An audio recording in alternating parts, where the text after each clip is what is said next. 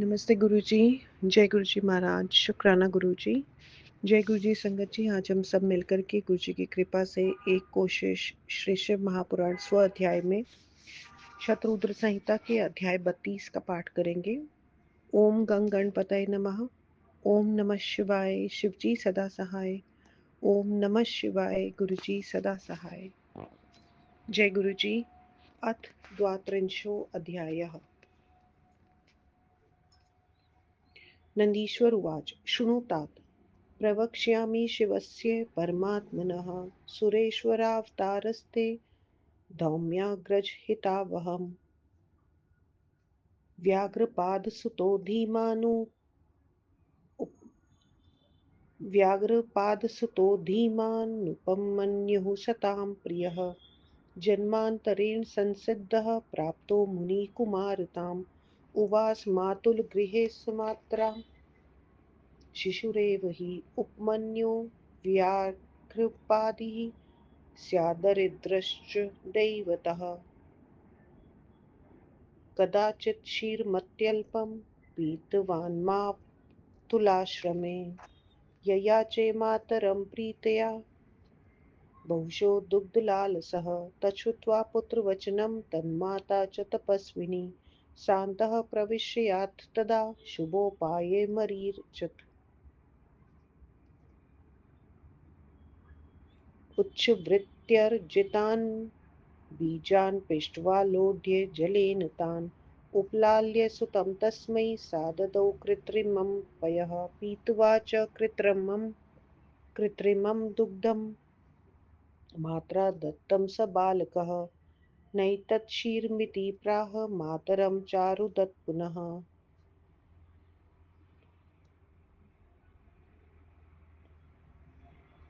श्रुत्वा सुतस्य रुदितं प्राह सा दुःखिता सुतं सम्मार्जय नेत्रे पुत्रस्य कराभ्यां कमलाकृतिः मातोवाच क्षीरमत्र कुतोऽस्माकं वने निवसतां सदा प्रसादेन विना शम्भोः पयः प्राप्तिर्भवेन् हि पूर्वजन्मनि यत्कृत्यं शिवमुद्दिश्य हे सुत तदेव लभ्यते नूनं नात्र कार्या विचारणा इति मातृवचः श्रुत्वा व्याघ्रपादिः स बालकः प्रत्युवाच विशोकात्मा मातरं मातृवत्सलः शोकेनालमिमं मातः शम्भुर्यत्यस्ति शङ्करः त्यज शोकं महाभागे सर्वं भद्रं भविष्यति शृणु मातृवचो मेद्य महादेवोऽस्ति चेत् क्वचित् चिराद्वा ऋचिराद्वापि क्षीरोदं साध्याम्यहम् नन्दीश्वर उवाच इत्युक्त्वा स शिशुः प्रीत्या शिवं मे आस्त्वत्युदीर्य च विसृजयतां सुप्रणमय तपः कर्तुं प्रचक्रमे हिमवत्पर्वतगतः वायुभक्षः समाहितः अशेष्टकाभिः प्रासादं कृत्वा लिङ्गं च मृण्मयं तत्रावाहय शिवं साम्बं भक्त्या पञ्चाक्षरेणः पुत्रपुष्पादिभिर्वन्यैः समानर्च शिशुः स वै ध्यात्वा शिवं च तं साम्बं जपन् पञ्चाक्षरं मनुं सम्भैर्चर्य चिरं कालं चचार परमं तपः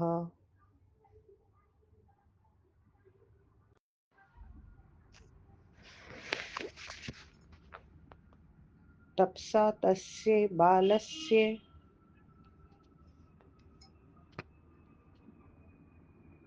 रूपमन्योर्महात्मनः चराचरं च भुवनं प्रदीपितमून्मुने एतस्मिन्नन्तरे शम्भुर्विष्णुवाद्यैः प्रार्थितः प्रभुः परीक्षितुं च तद्भक्तिं शक्ररूपोऽभवत् तदा शिवा शचीस्वरूपाभूत् गणाः सर्वे भवन्सुराः ऐरावतो गजो नन्दी सर्वमेव च तन्मयं ततः साम्ब शिवः शक्रस्वरूपः सगुणो धृतं जगामानुग्रहं कर्तुमुपमन्योस्तदाश्रमं परीक्षितुं च तद्भक्तिं शक्ररूपधरोहरः प्राह गम्भीरया वाचा बालकं तं मुनीश्वर। सुरेश्वर उवाच तुष्टोऽस्मि ते वरं ब्रूहि तपसा अनेन सुव्रत ददामि चेच्छितान् कामान् सर्वानात्रास्ति संशयः। एवं मुक्तः स वै तेन शक्ररूपेण शम्भुना वर्यामि शिवे भक्तिमित्युवाच कृताञ्जलिः। तन्निशम्य हरिः प्राह मां न जानासि लेखपं त्रैलोक्याधिपतिं शक्रं सर्वदेव नमस्कृतं मद्भक्तो भव विप्ररेषे मामे वार्चे सर्वदा ददामि सर्वं भद्रं ते त्यज रुद्रं च निर्गुणम् रुद्रेण निर्गुणेनालं किं ते कार्यं भविष्यति देवजातिबहिर्भूतो यः पिशाचत्वमागतः। नन्दीश्वर उवाच तच्छ्रुत्वा स मुनेः पुत्रो जपन् पञ्चाक्षरं मनुं मन्यमानो धर्मविघ्नं प्राह तं कर्तुमागतम्। उपमन्युरुवाच त्वयैवं कथितं सर्वं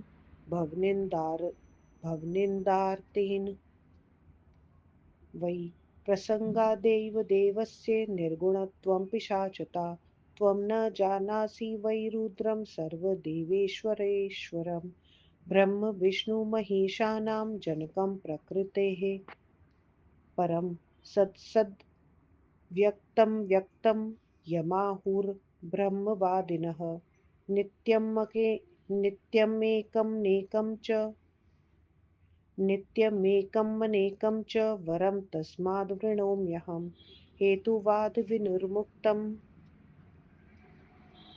सांख्योगार्थदं परं यमुष्यन्ति हि तत्त्वज्ञा वरं तस्माद् वृणोम्यहं नास्ति शम्भोः परं तत्त्वं सर्वकारणकारणम् ब्रह्म विष्णुवादिदेवानां श्रेष्ठो गुणपरादिविभो नाहं वृणे वरं त्वतो न विष्णोर्ब्रह्मणोऽपि वा नान्यस्मादमराद्वापि शङ्करो वरदोऽस्तु मे बहुनात्र किमुक्तेन वच्मि तत्त्वमतं स्वकं न प्रार्थये पशुपतेरन्यं देवादिकं स्फुटं मद्भावं शृणु गोत्रारे मया ध्यानोमित्तन्त्विदं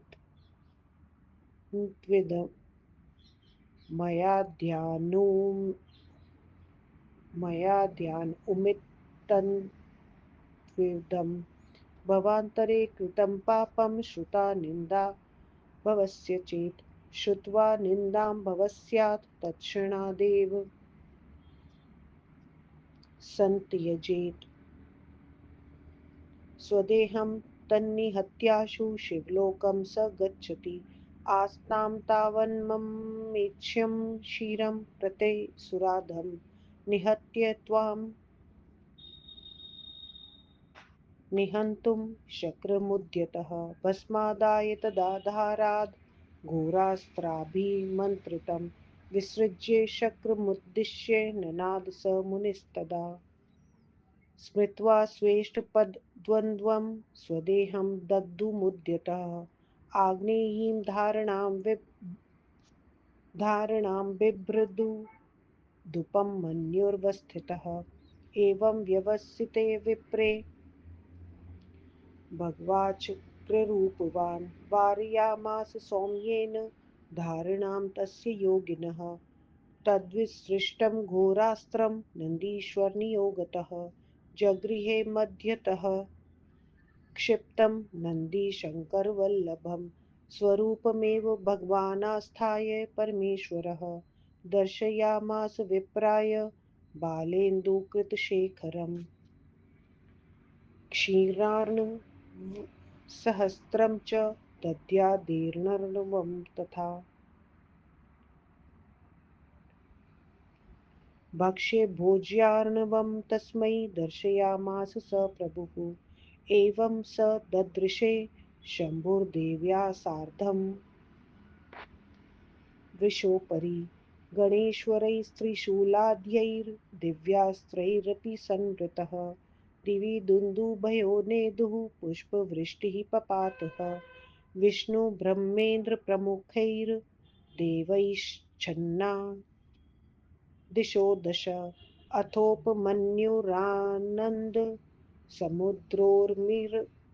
समुद्रोर्मिभिरावृतः। पपात दण्डवद्भूमौ भक्तिनम्रेण चेतसा। एतस्मिन् समये तत्र सस्मितो भगवान् भवः। एहि हीति समाहूय मूर्ध्याय ददौ वरान्।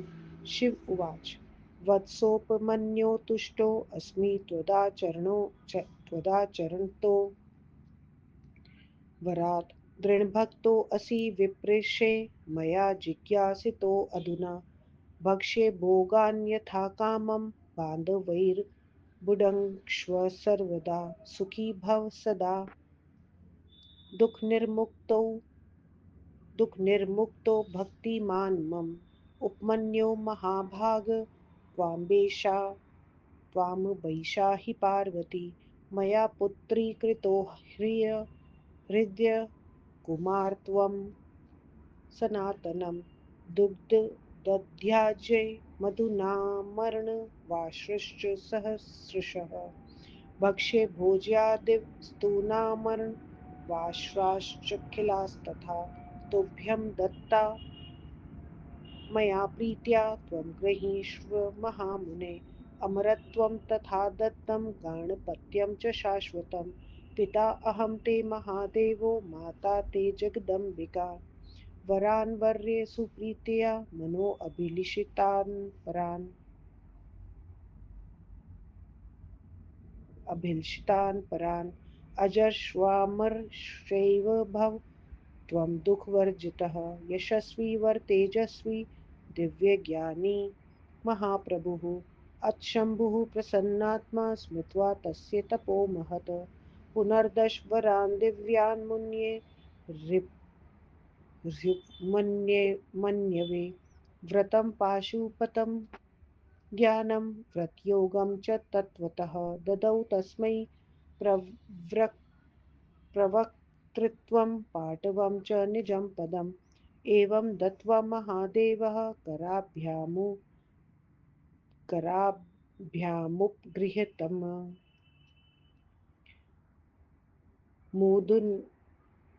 मूर्धन्यायघ्राय सुतस्ते अयमिति देव्यै नैवेदयत्। देवी च शृण्वती प्रीतया मूर्धन्यदेशे कराम्बुजं। विनयस्य प्रददौ तस्मै कुमारपदं क्षयं। क्षीराब्धिमपि साकारं क्षीरस्वादुकरो दधिः। उपास्थाय ददौ तस्मै पिण्डीभूतमनश्वरं। योगैश्वर्यं सदा तुष्टं ब्रह्मविद्यां नश्वरां। समृद्धिं परमां तस्मै ददौ सन्तुष्टमानसः। सोऽपि लब्ध्वा वरान् दिव्यान् कुमारत्वं च सर्वदा। तस्माच्छिवासृश्च तस्याश्च शिवाया मुदितोऽभवत्। ततः प्रसन्नचेतसः सुप्रणम्य कृताञ्जलिः। ययाचे स वरं प्रीत्या देवान् महेश्वरात्। उपमन्युरुवाच प्रसीद देवदेवेश प्रसीद परमेश्वर। स्वभक्तिं देहि परमां दिव्यां व्यभिचारिणीं। श्रद्धां देहि महादेव स्वसम्बन्धिषु मे सदा। स्वदास्यं परमं स्नेहं स्वसान्निध्यं च सर्वदा। नन्दीश्वर उवाच एवं मुक्त्वा प्रसन्नात्मा हर्षगद्गद्या गिरा तुष्टाव स महादेवम् उपमन्युर्द्विजोत्तमः। एवं मुक्तुः शिवस्तेन सर्वेषां शृण्वतां प्रभुः। प्रत्युवाच प्रसन्नात्मो मन्युं सकलेश्वरः। शिव उवाच वत्सोपमन्यो धन्यस्त्वं मम भक्तौ भक्तो विशेषतः सर्वं दत्तं मया ते हि यद्वृतं भवता अनघ अजर अश् अजर्ष्व अजश्चामरश्च त्वं सर्वदा दुःखवर्जितः सर्वपूज्यो निर्विकारी भक्तानां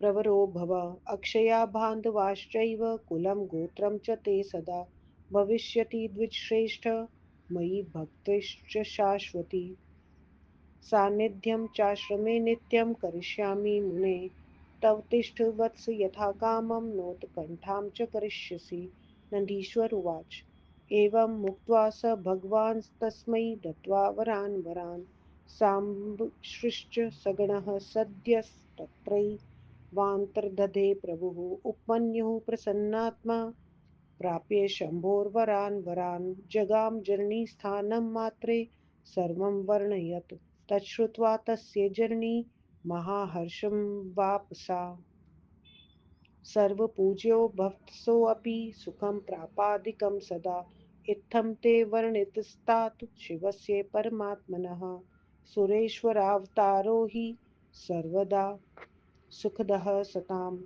इदमाख्यानं गन्नगं सर्वकामफलप्रदं स्वर्गयं यशस्यमायुष्यं भुक्तिमुक्तिप्रदं सताम् य एतत् शृणुयात् भक्त्या श्रावयेद्वा समाहितः इह सर्वसुखं भुक्त्वा सोऽन्ते शिवगतिं लभेत् इति श्रीशिवमहापुराणे तृतीयायां शतरुद्रसंहितायां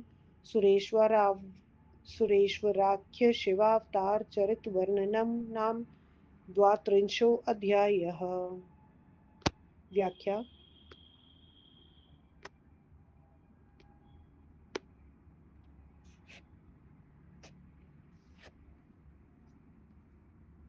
नंदीश्वर ने कहा, हे तात, अब मैं परमेश्वर शिव जी के सुरेश्वर अवतार का वर्णन करता हूँ जिसने धौम्य के बड़े भाई को सुख दिया था, उसे सुनो। व्याघ्रपाद का पुत्र बुद्धिमान सज्जनों का प्रिय उपमन्यु पूर्व जन्म की सिद्धि से व्याख्या नंदीश्वर ने कहा, हे तात, अब मैं परमेश्वर शिव जी के सुरेश्वर अवतार का वर्णन करता हूँ जिसने धौम्य के बड़े भाई को सुख दिया था, उसे सुनो। व्याघ्रपाद का पुत्र बुद्धिमान सज्जनों का प्रिय उपमन्यु पूर्व जन्म की सिद्धि से मुनि पुत्र हुआ। वह बचपन से ही माता के साथ मामा के घर में ही रहा। वह व्याघ्रपाद का पुत्र उपमन्यु भाग्यवश दरिद्र था। किसी दिन उसे मामा के घर में थोड़ा सा दूध पीने को मिला। तब से वह माता से अधिक दूध पीने के लिए मांगने लगा। पुत्र की इस बात को सुनकर तपस्विनी उसकी माता ने घर में जाकर एक उत्तम उपाय किया। उच्च वृत्ति से प्राप्त गेहूं को पीसकर पानी में घोलकर उसने अपने पुत्र को बनावटी दूध दिया। माता द्वारा दिए हुए उस कृत्रिम दूध को पीकर यह दूध नहीं है ऐसा अपनी माता से कहकर वह बालक फिर रोने लगा। पुत्र के रोने को सुनकर दुखी होकर लक्ष्मी की आकार वाली उस माता ने बालक के आंसू भरे नेत्र पहुंचे और माता ने कहा, वन में रहते हुए हमको यहाँ दूध कहाँ से मिलेगा? शिव जी की कृपा के बिना दूध नहीं मिल सकता। हे पुत्र, पूर्व जन्म में शिव जी को लक्ष्य बनाकर जो किया जाता है उसी का फल मनुष्य को प्राप्त होता है, इसमें संदेह नहीं। वह माता का प्यारा व्याघ्रपाद का पुत्र माता की इन बातों को सुनकर शोक रहित होकर कहने लगा, हे माता, आप शोक मत कीजिए। यदि शिव जी कल्याण करने वाले हैं, हे भाग्यवती, आप शोक मत कीजिए, सब भला होगा। हे माता, मेरी बात सुनिए। यदि महादेव कहीं हैं तो मैं देर में या शीघ्र उन दूध देने वालों को सिद्ध कर ही लूंगा। नंदीश्वर ने कहा, वह बालक प्रेम से मेरा भला हो। ऐसा कहकर माता को प्रणाम करके उन्हें छोड़कर तप करने के लिए चल दिया। हिमालय पर्वत पर जाकर एकाग्र होकर हवा खाकर 8 ईंटों से कुटी बनाकर और मिट्टी से शिवलिंग बनाकर पंचाक्षर मंत्र नमः शिवाय से शाम सदाशिव का आवाहन करके जंगली पत्र पुष्प आदि से वह बालक उनकी पूजा करता था। पार्वती सहित शिव जी की पूजा करके तथा उन का ध्यान कर पंचाक्षर मंत्र का जप करते हुए उसने बहुत समय तक घोर तप किया। महात्मा उपमन्यु नामक उस बालक की तपस्या से ही मुनि चर अचर तथा तीनों लोक जलने लगे। इसी समय विष्णु आदि देवताओं की प्रार्थना को सुनकर भगवान शिव जी ने उसकी भक्ति की परीक्षा लेने के लिए इंद्र रूप धारण किया। पार्वती इंद्राणी हो गई, शिवजी के गण सभी देवता हो गए और नंदी एरावत हाथी हो गया। तब पार्वती सहित शिवजी इंद्र रूप धारण कर अपने गणों के साथ शीघ्र उपमन्यु का उपकार करने के लिए उसके आश्रम में गए। हे मुनिवर, इंद्र रूपी शिवजी ने उसकी भक्ति की परीक्षा करने के लिए गंभीर वाणी से उस बालक से कहा। सुरेश्वर ने कहा, हे तपस्वी, तुम्हारी इस तपस्या से मैं प्रसन्न हूँ, तुम वर मांगो, मैं तुम्हारी सभी इच्छाओं को पूर्ण करूंगा, इसमें संदेह नहीं। इंद्र रूपी शिवजी ने जब उससे ऐसा कहा तो उसने हाथ जोड़कर कहा कि मैं शिवजी के चरणों में भक्ति का वरदान चाहता हूँ। यह सुनकर इंद्र ने कहा, क्या तुम तीनों लोकों के स्वामी तथा सभी देवताओं द्वारा प्रणमय मुझ इंद्र को नहीं जानते हो? हे ब्रह्म ऋषि, तुम मेरे भक्त हो जाओ और सदा मेरी पूजा किया करो, मैं तुम्हें सब कुछ देता हूँ। तुम निर्गुण शिव को छोड़ो, निर्गुण शिव से संबंध मत रखो, उनसे तुम्हारा क्या काम होगा? वे देव जाति से अलग होकर पिशाच हो गए हैं। नंदीश्वर ने कहा। यह सुनकर वह मुनि पुत्र पंचाक्षर मंत्र का जप करता हुआ उसे धर्म में विघ्न करने के लिए आया हुआ समझने लगा। उपन्यु ने कहा, शिव जी की निंदा करने में तत्पर तुमने प्रसंगवश देव देव को निर्गुण और पिशाच कह दिया। तुम सब देवताओं के देव रुद्र को नहीं जानते। वे तो ब्रह्मा विष्णु आदि के जनक हैं और प्रकृति से परे हैं, जिन्हें ब्रह्मवेता सत असद अव्यक्त नित्य एक अनेक कहते हैं। मैं उनसे वर मांगूंगा। तत्व को जानने वाले, जिनको हेतुवाद से रहित सांख्य योग के तत्वार्थ को देने वाले सर्वश्रेष्ठ कहते हैं, मैं उनसे वर मांगूंगा। विभु शिवजी से परे कोई तत्व नहीं है।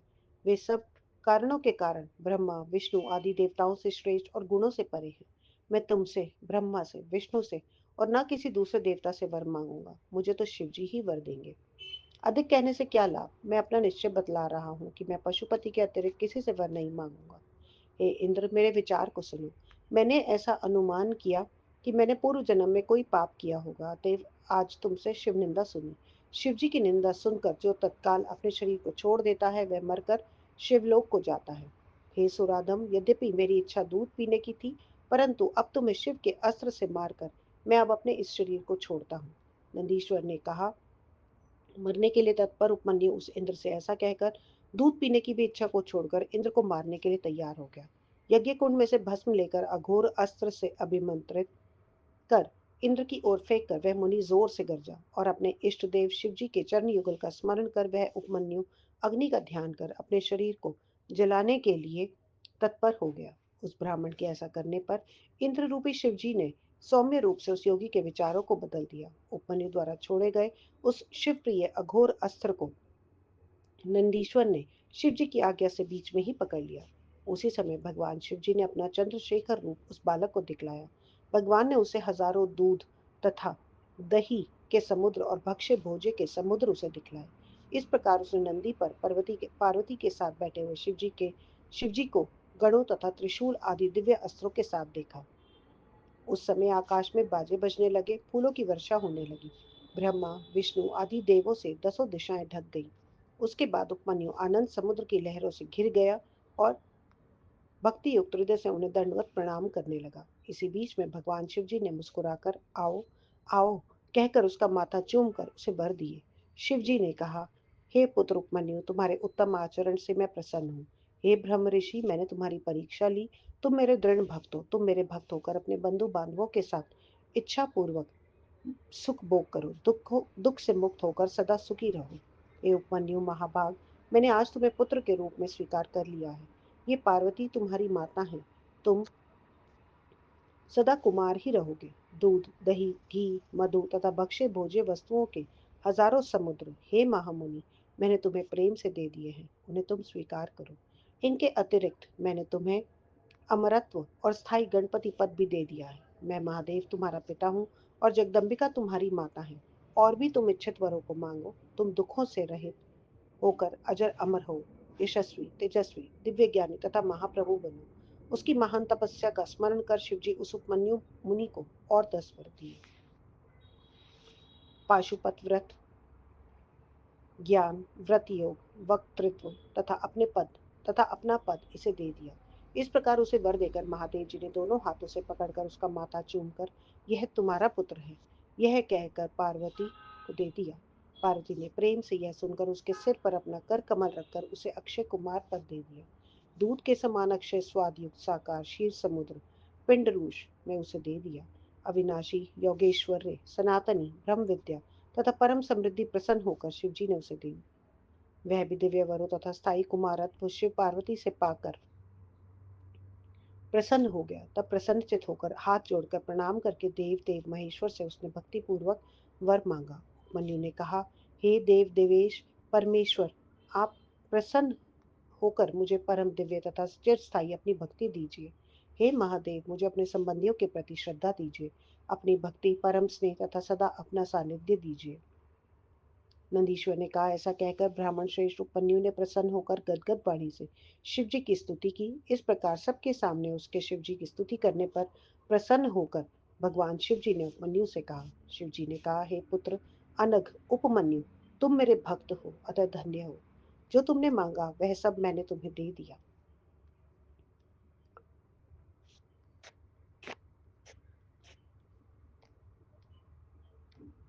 दुख रहित होकर तुम सदा अजर अमर रहो, सबके पूज्य, विकार रहित और भक्तों में श्रेष्ठ हो। हे द्विज श्रेष्ठ, तुम्हारे बंधु बांधव कुल तथा गोत्र अक्षय होंगे और मेरे प्रति तुम्हारी चिर भक्ति होगी। हे मुनि, मैं तुम्हारे आश्रम में सदा निवास करूंगा। तुम सुख से रहो, कभी उत्कंठित मत होना। नंदीश्वर ने कहा। इस प्रकार भगवान शिव उसे उत्तम वर देकर पार्वती तथा गणों के साथ वहीं अंतर ध्यान हो गए। शिवजी से उत्तम वर पाकर मनु प्रसन्न होकर अपनी माता के पास गया। वहां जाकर उसने संपूर्ण समाचार माता को सुनाया। यह सुनकर उसकी माता अत्यंत प्रसन्न हुई। वह उपमन्यु भी सबका पूजनीय हुआ और सब प्रकार का उसने सुख पाया। ये तात इस प्रकार परमात्मा शिव का सुरेश्वर नामक अवतार का वर्णन कर दिया है। यह सज्जनों को सदा सुख देता है। यह पवित्र कथानक सज्जनों को सब प्रकार की कामनाओं, स्वर्ग, सुयश, दीर्घायु, भुक्ति तथा मुक्ति को देने वाला है। जो इसे एकाग्र होकर भक्ति से सुनता या सुनाता है, वह इस लोक में सभी सुखों को भोगकर अंत में शिवलोक को जाता है। इस प्रकार परम माहेश्वर पंडित तारादत्त त्रिपाठी के पुत्र डॉक्टर ब्रह्मानंद त्रिपाठी द्वारा रचित शिवा टीका टिप्पणी आदि से संबलित शिव महापुराण में सुरेश्वर नामक शिवावतार चरित्र वर्णन नामक 32वां अध्याय समाप्त। ओम नमः शिवाय। शिवजी सदा सहाय। ओम नमः शिवाय। गुरुजी सदा सहाय। आज का सारा जाप पाठ गुरु महाराज आपके श्री चरणों में मालिक। सेवा स्वीकार करना गुरुजी। जय गुरुजी। शुक्राना गुरुजी।